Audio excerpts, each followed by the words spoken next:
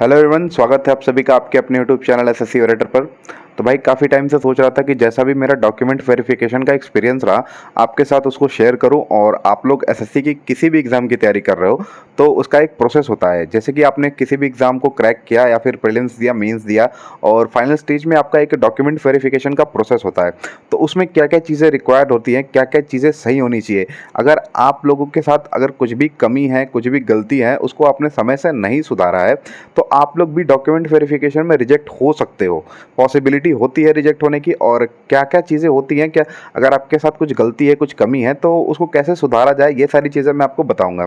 ठीक है, तो वीडियो आप ज़रूर देखना, आप लोग के लिए बहुत इंपॉर्टेंट वीडियो है ये। ठीक है, तो आप लोग चैनल को सब्सक्राइब कर दो, अगर चैनल पर नए आए हो तो प्लीज़ वीडियो को लाइक ज़रूर कर देना। तो चलिए सबसे पहले लाइन बाय लाइन बात करेंगे कि क्या चीज़ें बहुत इंपॉर्टेंट होती है, क्या चीज़ें एकदम होनी चाहिए आपके पास। तो चलिए सबसे पहली बात करेंगे द मोस्ट इंपॉर्टेंट डॉक्यूमेंट्स जो आपको रखनी चाहिए अपने पास और आपके पास एक्यूरेट होनी चाहिए। जैसे कि सबसे पहले बात करेंगे 10th की मार्कशीट और 10th का सर्टिफिकेट। देखिए किसी किसी बोर्ड में केवल मार्कशीट होती है, सर्टिफिकेट नहीं होता है। मार्कशीट ही सर्टिफिकेट का काम करती है। तो उन लोगों के लिए केवल 10th की मार्कशीट चलेगी, जिसमें आपका नाम, आपका रोल नंबर, आपके पिता का नाम, आपकी माता का नाम, आपका जो भी डिटेल है उसमें उसमें एक्यूरेट होना चाहिए। आपके आधार से आपने जो फॉर्म भरा है उससे वो मैच करते हैं 10th की मार्कशीट को। तो 10th की मार्कशीट बहुत इंपॉर्टेंट होती है आपके डेट ऑफ बर्थ के लिए। ठीक है, डेट ऑफ बर्थ आपका मैच होना चाहिए जो आपने एसएससी में फॉर्मेट में जो दिया है उससे। और आपके अदर डॉक्यूमेंट्स में भी सेम डेट ऑफ बर्थ होनी चाहिए जो आपके 10th के मार्कशीट में है। तो 10th की मार्कशीट हो गई, फिर 12th की मार्कशीट भी सेम ऐसे ही होनी चाहिए। फिर उसके बाद ग्रेजुएशन आता है। जैसे किसी ने जो भी ग्रेजुएशन किया, जैसे मैंने बीए किया हुआ था तो मेरा first year, second year, third year ऐसे सेमेस्टर नहीं था, डायरेक्ट एक साल में एक एग्ज़ाम होता था। तो उसका एग्ज़ाम की मार्कशीट जो होती है वो होना चाहिए प्रॉपर। जिसका अगर सेमेस्टर वाइज है तो सेमेस्टर वाइज रिजल्ट चाहिए। फिर उसके बाद एक डिग्री होती है। डिग्री अगर आपके पास है, प्रोविजनल है तो भी चलेगा, अगर डिग्री आपके पास है तो अच्छी बात है। तो डिग्री होनी चाहिए। फिर उसके बाद सबसे मेन आता है भाई कास्ट सर्टिफिकेट। देखो कास्ट सर्टिफिकेट को लेके काफ़ी लोग परेशान रहते हैं, एससी एसटी ओबीसी और ईडब्ल्यूएस के कास्ट सर्टिफिकेट के। तो एससी एसटी का तो फॉर्मेट एक ही होता है भाई, वो आपको स्टेट गवर्नमेंट का ही बनता है। जो भी बनता है वो चीज़ें वैलिड होती हैं। अगर आपका एससी एसटी का सर्टिफिकेट है जो भी फॉर्मेट में अपने बनवाए अपने स्टेट में तो वो वैलिड रहेगा। ठीक है, फिर बात करेंगे ओबीसी का। देखो ओबीसी के साथ एक समस्या हो जाती है। एक किसी किसी डिपार्टमेंट में ओबीसी का जो सर्टिफिकेट होता है वो मान लेते हैं, चलो चल जाता है। लेकिन कोई कोई डिपार्टमेंट ऐसा करता है कि एसएससी का जो फॉर्मेट दिया होता है, जो फॉर्म में फॉर्मेट दिया होता है उसी फॉर्मेट को वो लोग मानते हैं। जैसे मेरे डिपार्टमेंट में क्या हुआ कि कुछ लोगों का कास्ट सर्टिफिकेट जो था वो हिंदी में था, या जो एसएससी फॉर्मेट से थोड़ा अलग था। तो वो लोग इशू कर रहे थे कि आपको वैसा ही कास्ट सर्टिफिकेट बनवा के एसएससी फॉर्मेट से डिस्ट्रिक्ट मजिस्ट्रेट का साइन करा के आप लेते आओ, वो हम एक्सेप्ट कर लेंगे। लेकिन आपको टाइम देते हैं, ऐसा नहीं कि कास्ट सर्टिफिकेट को ऐसे आप रिजेक्ट कर देंगे। आपको 1 हफ्ते 10 दिन का टाइम देंगे। वो कहेंगे कि आप इतने दिनों में आप इसको सबमिट कर दो करा के। तो आप लोग घबराइएगा नहीं अगर कास्ट सर्टिफिकेट आपका कोई इशू हो रहा है तो। लेकिन मैं यही कहूँगा कि जो एसएससी का फॉर्मेट है उसी फॉर्मेट में आप अपना कास्ट सर्टिफिकेट बनवा लीजिए। ठीक है, और ईडब्ल्यूएस के लिए मैं बता दूं, जिस फाइनेंशियल ईयर में आपने फॉर्म भरा है उस फाइनेंशियल ईयर का आपके पास ईडब्ल्यूएस का सर्टिफिकेट होना चाहिए वैलिड। ठीक है, जो फॉर्मेट एसएससी देती है उसी फॉर्मेट में। और एक और चीज़ ऐड ऑन करूँगा ईडब्ल्यूएस के लिए। ईडब्ल्यूएस का आपने वो तो बनवा लिया, लेकिन आप जब आपका 6 महीने 7 महीने के बाद आपका डीवी हो रहा है, जब आप फॉर्म भरा है तो आप उस टाइम भी ईडब्ल्यूएस का सर्टिफिकेट बनवा के रख लेना। वो लोग मांग लेते हैं तो आपके पास ऐसा ना रहे कि आपके पास ईडब्ल्यूएस का सर्टिफिकेट नहीं है नया वाला। तो पुराना वाला तो चलेगा ही, लेकिन आप लोग नया वाला बनवा लोगे तो आप एक कहीं ना कहीं सेफ रहोगे, आपको भाग दौड़ नहीं करनी पड़ेगी ज़्यादा। ठीक है, तो ये रही कास्ट सर्टिफिकेट की बात। और फिर आधार कार्ड आपका होना चाहिए, पैन कार्ड आपका होना चाहिए। ये जो 6 डॉक्यूमेंट्स हैं, ये डॉक्यूमेंट्स है बहुत इंपॉर्टेंट है। ये डॉक्यूमेंट्स किसी भी डिपार्टमेंट में आप जा रहे हो वहाँ ये 6 डॉक्यूमेंट आपको मांगे जाएंगे। ठीक है, तो ये 6 डॉक्यूमेंट आप बिल्कुल प्रिपेयर करके रखो। आपके डॉक्यूमेंट्स में कोई गलती नहीं होनी चाहिए, कोई भी मिस्टेक नहीं होनी चाहिए। जैसे किसी का नाम में एरर होता है, किसी की स्पेलिंग में एरर हो जाता है, किसी के फादर्स नेम की स्पेलिंग में एरर हो जाता है, तो वो चीज़ें आप समय से पहले सही करा लो। ठीक है, आप लोग चेक कर लेना कि आप लोग एक बार अपने फॉर्म को चेक कर लेना, जो भी फॉर्म अप्लाई किया है, और अपने मार्कशीट को चेक कर लेना सारी चीज़ें मैच कर रही हैं या नहीं। अगर कुछ गलतियां हैं तो आप जाके अभी से सुधरवा लो, क्योंकि अभी टाइम है। आपको उस टाइम पे टाइम नहीं मिल पाएगा, आप लोग घबरा जाओगे। तो मैं पहले ही बता दे रहा कि आप लोग जो डॉक्यूमेंट्स है आपका, आप लोग ऐसे जैसे मैंने बताया वैसे ही आप लोग प्रिपेयर करके रख लो। तो चलिए ये रही बात द मोस्ट इम्पॉर्टेंट डॉक्यूमेंट जो नीडेड है उसकी बात कर ली। अब आगे बात करेंगे कि क्या क्या चीज़ें आपको डीवी के लिए बनवानी पड़ती हैं खुद से जाके। मैनुअली जब आपका फॉर्म आता है, अटेस्टेशन फॉर्म आता है, तो डिपार्टमेंट सबको एक अटेस्टेशन फॉर्म देता है जिसमें सारी डिटेल होती हैं और सारी चीज़ें आपको फिल करनी होती है, जिसमें क्या क्या चीज़ें आपको बनवानी पड़ती हैं उन सब सारी चीज़ों के बारे में बात करेंगे। तो सबसे पहला डॉक्यूमेंट होता है मेडिकल सर्टिफिकेट, क्योंकि एसएससी के एस्पिरेंट को जब डीवी के लिए जाते हैं तो अटेस्टेशन फॉर्म के साथ आपको मेडिकल सर्टिफिकेट के लिए अप्लाई करना पड़ेगा।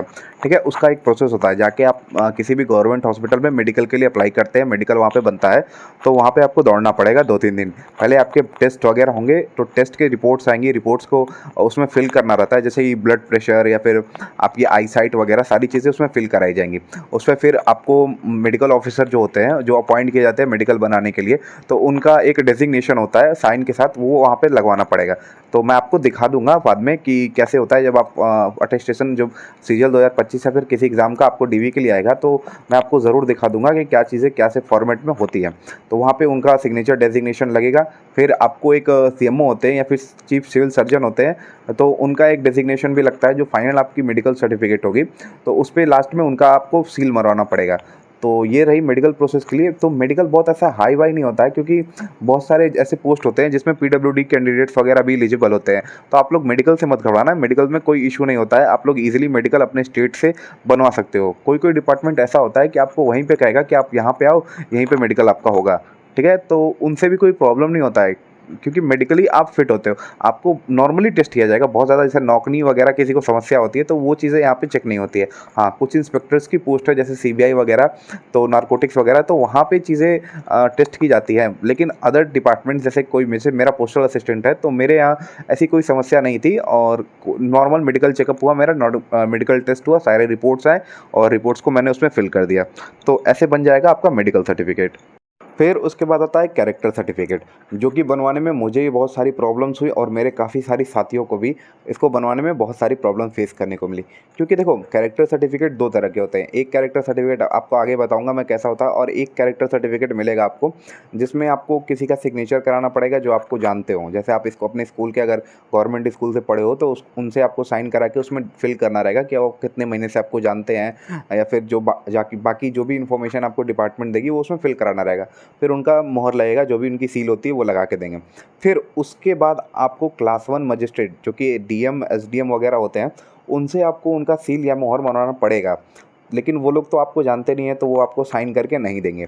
उसका एक प्रोसेस होता है, जैसे मेरे यूपी में एक पीसीसी बनती है, पुलिस वेरिफिकेशन बनता है।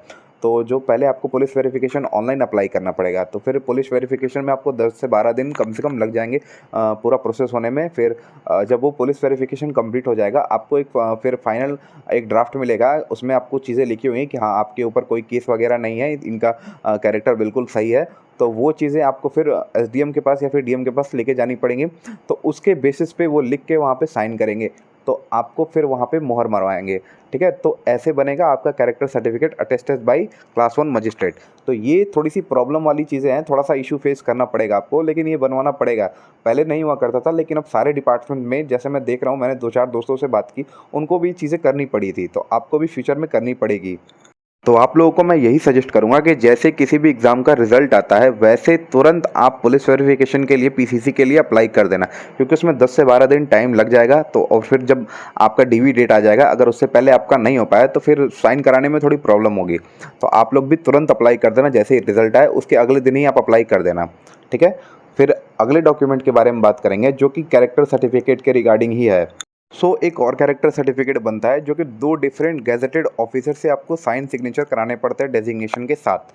तो ये उस कैरेक्टर सर्टिफिकेट से अलग इसलिए है क्योंकि उसमें आपको क्लास 1 मजिस्ट्रेट का साइन कराना पड़ेगा, और इसमें क्या है, आप किसी भी डिपार्टमेंट के किसी भी 2 गेस्टेड अधिकारियों से आप साइन करा सकते हो, जो आपके पहचान में हो, जो जिससे आपका कोई परिचय हो, या फिर आपके फैमिली मेम्बर अगर किसी ऑफिस में काम करते हैं तो उनसे भी आप आराम से करा सकते हो। मतलब अपने फैमिली मेम्बर से नहीं कराना, जो उस डिपार्टमेंट में उसमें जो भी गेस्टेड ऑफिसर्स होंगे तो उनसे करा सकते हो। या फिर आप लोग अगर किसी डिपार्टमेंट में पहले से वर्किंग हो तो आप लोग को नॉलेज होगा कि किससे कराना है, तो इसमें बहुत ज़्यादा इशू नहीं होता है, कोई भी आप गेजेटेड ऑफिसर साइन करा सकते हो। जैसे स्कूल के प्रिंसिपल, कॉलेज के प्रिंसिपल जो होते हैं गवर्नमेंट कॉलेज के, तो वो भी गेजेटेड होते हैं, तो आप उनसे भी साइन करा सकते हो, ऐसा कोई नहीं है। या फिर मेडिकल ऑफिसर्स जो होते हैं किसी भी गवर्नमेंट हॉस्पिटल में जो मेडिकल ऑफिसर्स बैठते हैं वो भी गेजेटेड होते हैं, तो उनसे भी आप इजीली साइन करा सकते हो, वो लोग कर देते हैं, तो इसमें बहुत इशू नहीं आता है। फिर अगला डॉक्यूमेंट जो होता है वो आइडेंटिटी सर्टिफिकेट होता है। इसको भी आप किसी भी गेस्टेड ऑफिसर या फिर अपने स्कूल टीचर से, किसी से भी, ज़रूरी नहीं कि गेस्टेड ऑफिसर, उसमें आपको लिख के दिखाएगा कि आप किससे किससे साइन कर सकते हो, जिसमें बहुत सारे ऑप्शंस होते हैं, एमएलए एमपीज़ वगैरह सब होते हैं। तो आइडेंटिटी सर्टिफिकेट बनाने में कोई इशू नहीं, आप सीधा अपने स्कूल के प्रिंसिपल के पास जाना, वो करके दे देंगे आपको, तो आइडेंटिटी सर्टिफिकेट बनता है। तो ये जो 3 चीज़ें मैंने बताई, कैरेक्टर और एक और कैरेक्टर और एक आइडेंटिटी, इसमें आपको किसी भी मतलब किसी नहीं, जो जैसे मैंने आपको बताया उन लोगों से आपको साइन कराने पड़ेंगे, ठीक है। तो ये चीज़ें आपको करनी पड़ेंगी जब आपका डॉक्यूमेंट वेरिफिकेशन के लिए अटेस्टेशन फॉर्म आ जाएगा तब। उसके बाद पहले से आप करा के नहीं रख सकते हो, क्योंकि डिपार्टमेंट आपको फॉर्मेट भेजेगा और आपको उसी फॉर्मेट में कराना पड़ेगा। फिर एक अटेस्टेशन फॉर्म आता है जो कि आपको बहुत ध्यान से पढ़ना पड़ेगा और बहुत ध्यान से भरना पड़ेगा। वो जब आपकी जॉब लग जाएगी, डॉक्यूमेंट वेरिफिकेशन के लिए प्रोसेस स्टार्ट हो जाएगा, तो डिपार्टमेंट आपको एक अटेस्टेशन फॉर्म भेजेगा, शायद 6 पेज का होता है। अभी वो चीज़ें मैं दिखा के कोई मतलब नहीं है। जब आपका डॉक्यूमेंट वेरिफिकेशन का होगा तो मैं आपको अपने टेलीग्राम चैनल पे, आप लोग डिमांड कर रहे थे कि भैया आप अपना टेलीग्राम चैनल बनाओ, क्योंकि उसमें हम लोग आपसे सवाल पूछ सकें, चीज़ें बात कर सकें आपसे। तो ठीक है, आपकी कहने पे मैंने टेलीग्राम चैनल बनाया है, जिसका लिंक मैं डिस्क्रिप्शन बॉक्स में दे दूँगा, तो आप लोग वहाँ से ज्वाइन कर लेना है। तो जब भी आपका डॉक्यूमेंट वेरिफिकेशन का प्रोसेस होगा तो मैं आपको बताऊंगा कि अटेस्टेशन फॉर्म को कैसे ध्यान से भरना है, क्या क्या गलतियाँ उसमें नहीं करनी है। तो ठीक है, जो भी चीज़ें होंगी मैं आपको अपने टेलीग्राम के थ्रू बता दूंगा, तो आप लोग भी उस टेलीग्राम चैनल से जुड़ जाइएगा, ठीक है। और कोई भी इशू होगा, जैसे आपको कोई भी इशू है डॉक्यूमेंट वेरिफिकेशन के रिगार्डिंग, तो आप मुझे कमेंट बॉक्स में बता सकते हो या फिर टेलीग्राम पे मैसेज कर सकते हो, ठीक है। बाकी अगर आपको वीडियो पसंद आई होगी तो वीडियो को लाइक कर दीजिएगा और चैनल को सब्सक्राइब कर दीजिएगा, ठीक है। Thank you.